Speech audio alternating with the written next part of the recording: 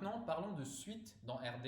Ce n'est pas une chose difficile, une suite dans RD, ça généralise naturellement ce qu'on appelle une suite dans R. Alors, une suite dans RD, c'est quoi? C'est une application de manière pédante de n dans RD, mais donc c'est quelque chose qu'on va noter U indice n. Alors l'indice, on va le mettre en haut, pourquoi? Parce que pour un n fixé, U indice n, ça va être un élément de RD, donc ça va avoir des composantes. Donc on va pouvoir parler de U1n, U2n jusqu'à UDn. Okay, donc les composantes, l'indice des composantes, on va le garder en bas.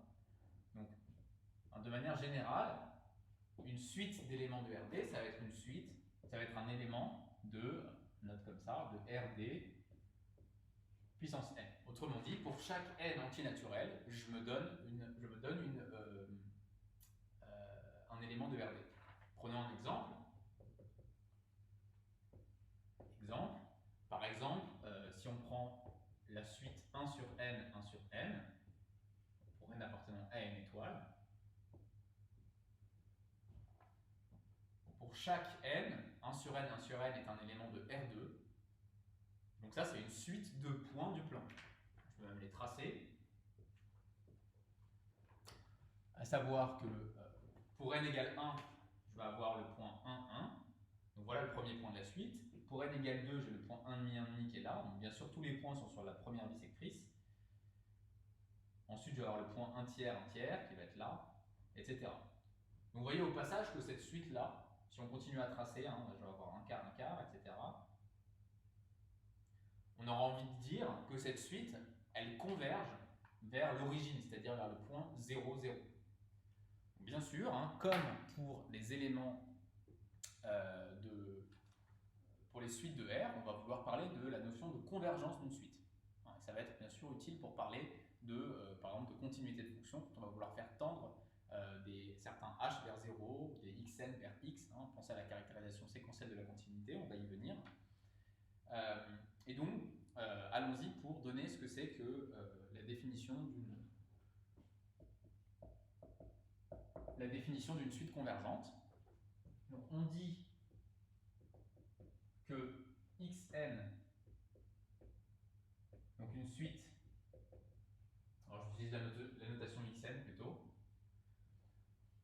on dit que xn, donc une suite de RD,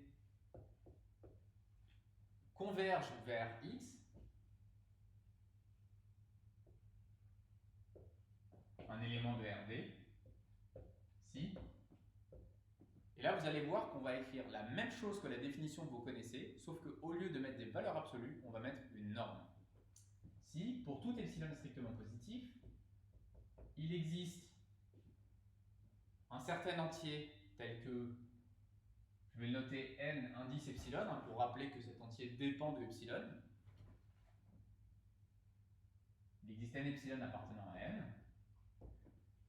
Rappelez-vous que pour une suite réelle, converger vers un réel petit n, c'est dire que quel que soit le epsilon qu'on se donne, il existe un rang à partir duquel la suite est toujours entre n moins epsilon et n plus epsilon. Autrement dit, la valeur absolue de xn, il existe donc n epsilon appartenant à n, tel que pour tout n plus grand que n epsilon, eh bien on a xn moins x qui est plus petit que epsilon. Quel que soit l'epsilon que je me donne, il existe un rang à partir duquel tous les éléments de la suite sont au plus epsilon de la limite. Alors nous, malheureusement, on a des éléments de RD, donc ça n'a aucun sens d'écrire cette valeur absolue. xn moins x, je soustrais deux vecteurs, j'ai bien le droit de le faire, ça me donne un nouveau vecteur de RD. Je vais prendre la valeur absolue d'un vecteur, ça n'a pas de sens. Par contre, je peux prendre la norme.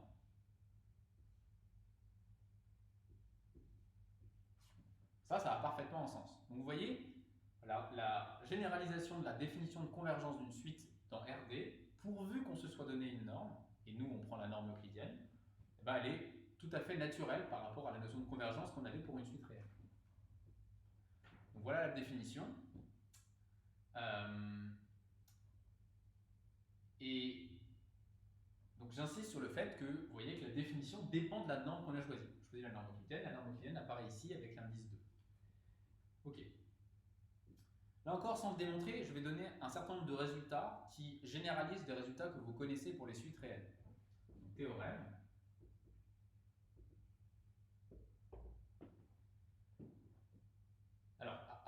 arriver à ces résultats qui généralisent le cas des suites réelles, je vais donner un théorème qui est important parce qu'il permet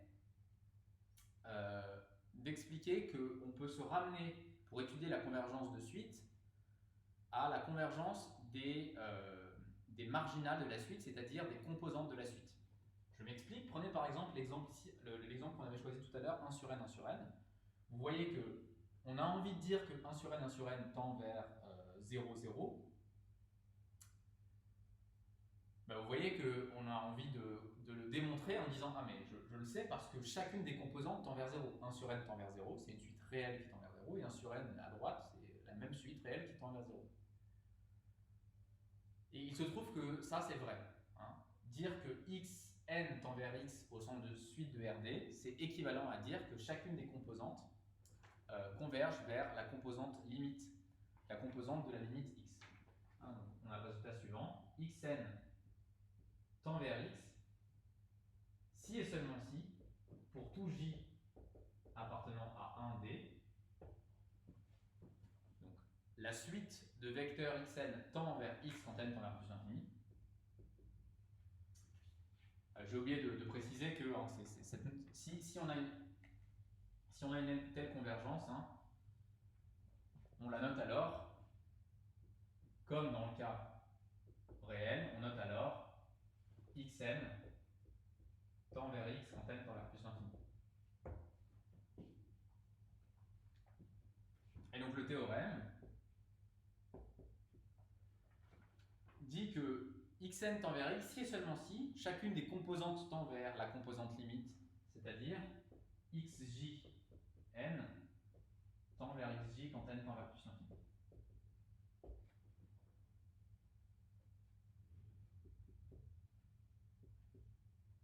Voilà le résultat. Donc c'est un résultat qui ne doit pas vous paraître trop abstrait. Xn c'est une suite de RD, ça tend vers un élément x de RD, très bien. Maintenant, par exemple, prenons j égale 1 ici. Pensez à prendre simplement la première composante de la suite. Par exemple, ici, ce serait 1 sur n. Eh bien, si xn tend vers x, alors x1n, la première composante qui est une suite réelle, tend vers x1, la première composante de la limite. Et ce, en fait, pour chaque composante, donc pour chaque j. Et ce qui est important, c'est que c'est vrai réciproquement. Si vous avez démontré que chaque composante tend vers cette limite, alors tend vers la composante de la limite x, alors de la limite potentielle x, alors vous pouvez conclure à ce résultat-là. Hein, donc ce résultat-là, à nouveau, je ne vais pas le démontrer, hein, mais exemple.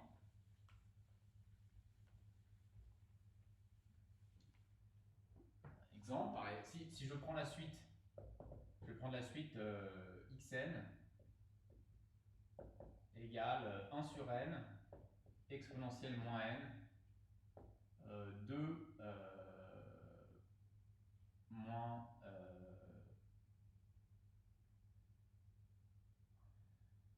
tout simplement, voilà. Voilà une suite, ça c'est une suite de R3. Ici, n appartenant à une étoile. Voilà une suite de R3. Vous voyez que comme 1 sur n tend vers 0 quand n tend vers plus l'infini, exponentielle moins n tend vers 0 quand n tend vers plus l'infini, et puis la dernière suite qui apparaît là, c'est la suite constante égale à 2. Donc je peux même écrire que 2 tend vers 0 quand n, bon, pas vers 0 mais vers 2. La suite constante égale à 2 tend notoirement vers 2 quand n tend vers plus l'infini. J'en déduis, j'utilise ce théorème, que xn tend vers 0, 0, 2. Donc la suite de vecteurs de R3 que j'ai donné ici, elle tend vers ce vecteur de R3, 0, 0, 2. Et ça se démontre aisément en analysant composante par composante. Et vous voyez que ici, ces résultats que j'ai énoncés, ça, c'est au sens classique que vous avez vu pour l'analyse réelle, d'une variable réelle. Okay. Et donc de ce résultat-là qui est fondamental, il y a un certain nombre de corollaires qui, eux, il y a un corollaire qui donne un certain nombre de résultats qui, eux, vous allez voir, vont vous rappeler les résultats équivalents pour une seule variable. Autrement dit, dans R.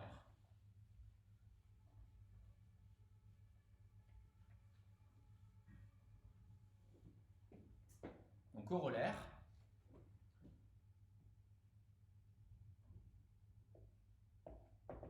Donc il y a plusieurs résultats. un résultat fondamental que vous avez vu sur les suites réelles, c'est que si une suite converge, alors la limite est unique. Elle ne peut pas converger vers deux limites différentes. Okay, donc, premier résultat, si xn converge, sa limite est unique.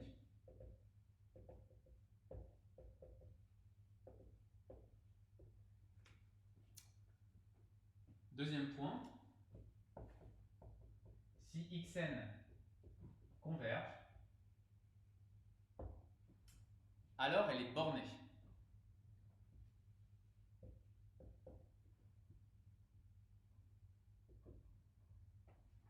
Qu'est-ce que ça veut dire pour une suite d'être bornée quand on est dans RD? C'est-à-dire quoi? Une suite bornée réelle, c'est dire que la valeur absolue, si vous avez une suite UN réelle, ça veut dire que la valeur absolue de UN est plus petite qu'un certain grand M. Il existe grand M tel que pour tout N, UN est plus petit que grand M en valeur absolue. Vous voyez, on n'a qu'une envie, c'est d'écrire la même chose, mais en changeant la valeur absolue par une norme. C'est ce qu'on va faire. Il existe M positif tel que pour tout N appartenant à M, la norme de Xn, la norme de 2, est inférieure ou égale à grand M. Donc, on a deux propriétés valables pour les suites réelles qui sont valables pour les suites de RD, et on va en voir une troisième, qui est le théorème de Bolzano-Weierstrass. En Bolzano-Weierstrass, il vous dit que si une suite est bornée, c'est-à-dire si elle satisfait ça, alors forcément, vous pouvez extraire une sous-suite convergente. Alors ça, c'est vrai à nouveau. Si Xn est borné, on peut en extraire une sous-suite convergente.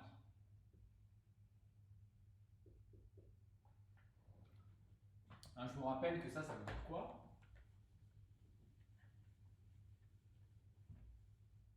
Ça veut dire quoi, ça? Ça signifie que il existe, c'est-à-dire il existe phi une extractrice, c'est-à-dire une fonction de n dans n qui est strictement croissante.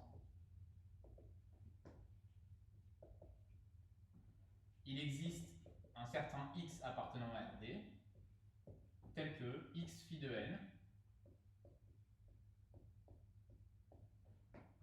x phi de n tend vers x quand n tend vers plus l'infini.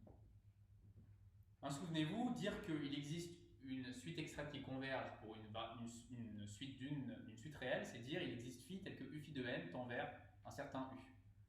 Donc ici, c'est exactement ce qu'on est en train d'écrire. Il existe phi et il existe un élément de RD tel que la suite extraite x phi de n converge vers x.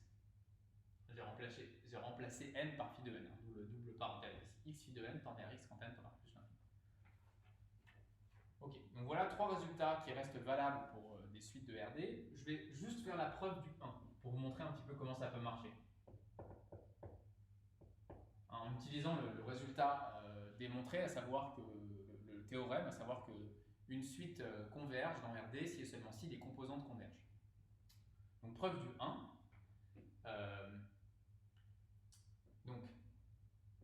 Donc soit x, y appartenant à RD, tel que... Donc je vais supposer que xn converge vers x et y à la fois, et je vais essayer de montrer que x égale y. C'est ça l'unicité de la limite. Donc xn tend vers x, et xn tend vers y. Ok? Alors, je vais m'empresser d'écrire x égale x1, xd et y égale y1, yd. De manière générale, vous avez un vecteur de RD, la notation vient d'elle-même. Donc ici, x, c'est un vecteur de RD que je peux écrire x1, xd, y, idem, c'est un vecteur de RD que j'écris y1, yd. Et je vais utiliser le théorème. Par le théorème,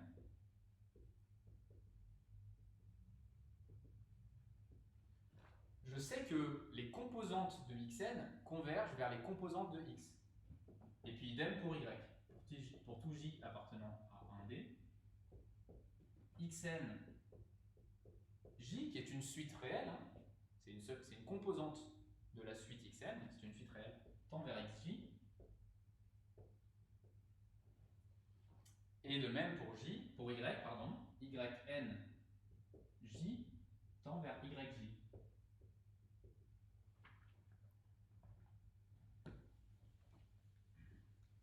Et là, en fait, on a fini. Pourquoi? Eh bien, parce que la suite, fixons un j donné, par exemple j égale 1. x1n, c'est une suite réelle. Je viens de démontrer que x1n tend vers x1. Et que, c'est pas yjn, hein, bien sûr, c'est xjn ici. Et que x1n tend vers y1. Mais par unicité de la limite pour les suites réelles, nécessairement x1 égale y1. Et ça, c'est valable pour j égale 1, mais pour n'importe quel j. Okay, par unicité de la limite, pour les suites réelles,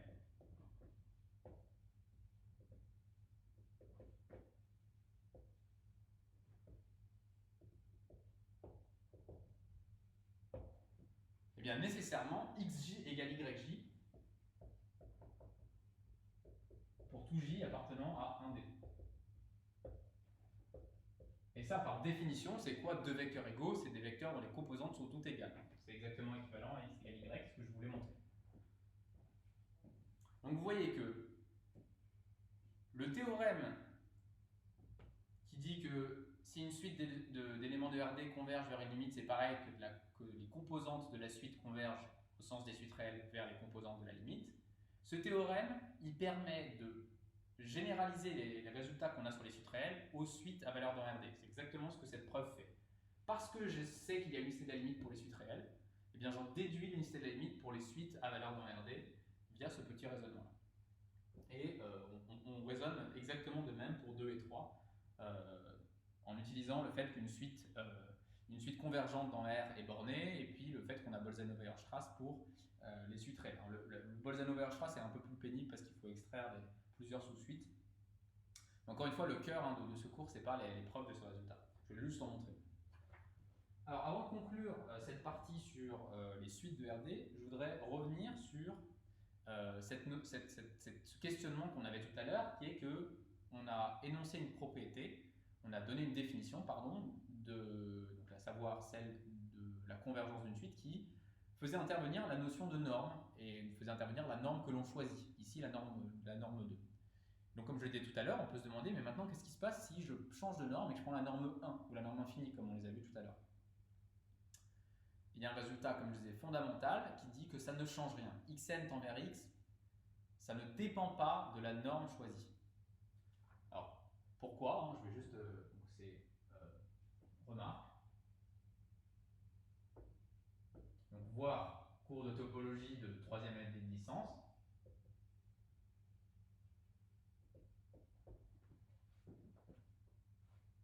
Alors, si j'ai... si N1 et N2 sont deux normes sur RD,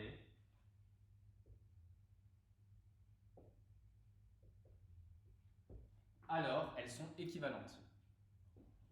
Alors, ça veut dire quoi des normes équivalentes? Je vais l'écrire juste en dessous.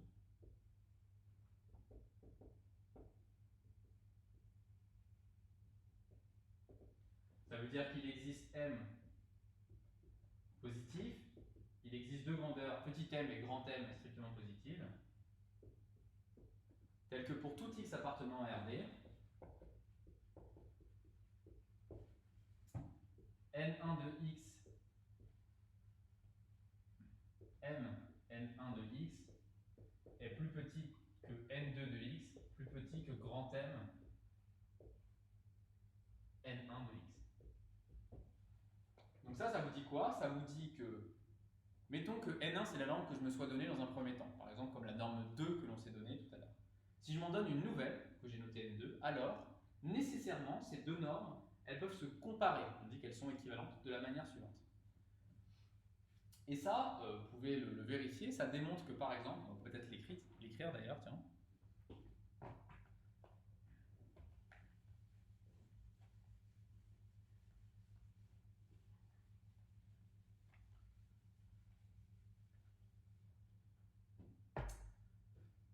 Donc, si on a cette propriété-là, on va constater la chose suivante. Si xn tend vers x pour la norme 1, alors, regardons un petit peu ce qu'on peut écrire à partir de cette inégalité. La norme, ah non, je vais vous faire alors remarquer que la remarque que xn tend vers x pour n1, c'est-à-dire, c'est exactement équivalent à dire que la norme 1 de xn moins x, par définition, ça c'est n1 de xn moins x, c'est une suite réelle, tend vers 0 quand n tend vers plus l'infini. Alors, je peux écrire que pour tout n appartenant à n, n2 de xn moins x est inférieur ou égal à grand M, n1 de xn moins x. Donc ici, vous avez une suite qui tend vers 0, c'est une suite réelle, hein, puisque pour chaque n, n1 de xn moins x est un réel. Donc j'ai une suite réelle qui tend vers 0, et qui est plus grande qu'une autre suite réelle, qui est positive, hein, ça c'est une norme. Donc j'ai toujours que la norme de n'importe quoi, c'est positif. Donc vous voyez que par le théorème, vous avez cette majoration-là, cette suite réelle tend vers 0, celle-là notoirement tend vers 0, c'est la suite constante égale à 0, donc cette suite-là tend vers 0.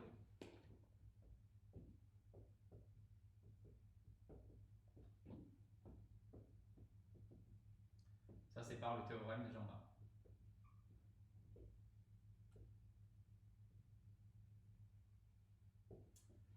Donc vous voyez que, chose très importante, si xn tend vers x pour n1, alors dire ceci, c'est dire que xn tend vers x pour n2. C'est-à-dire xn tend vers x pour n2. Donc, si deux normes sont équivalentes, n1 et n2, alors si xn tend vers x pour n1, xn tend vers x pour n2, mais vous voyez que grâce à l'inégalité de gauche que je n'ai pas encore utilisée, si cette fois xn tend vers x pour n2, alors xn tend vers x pour n1. De même,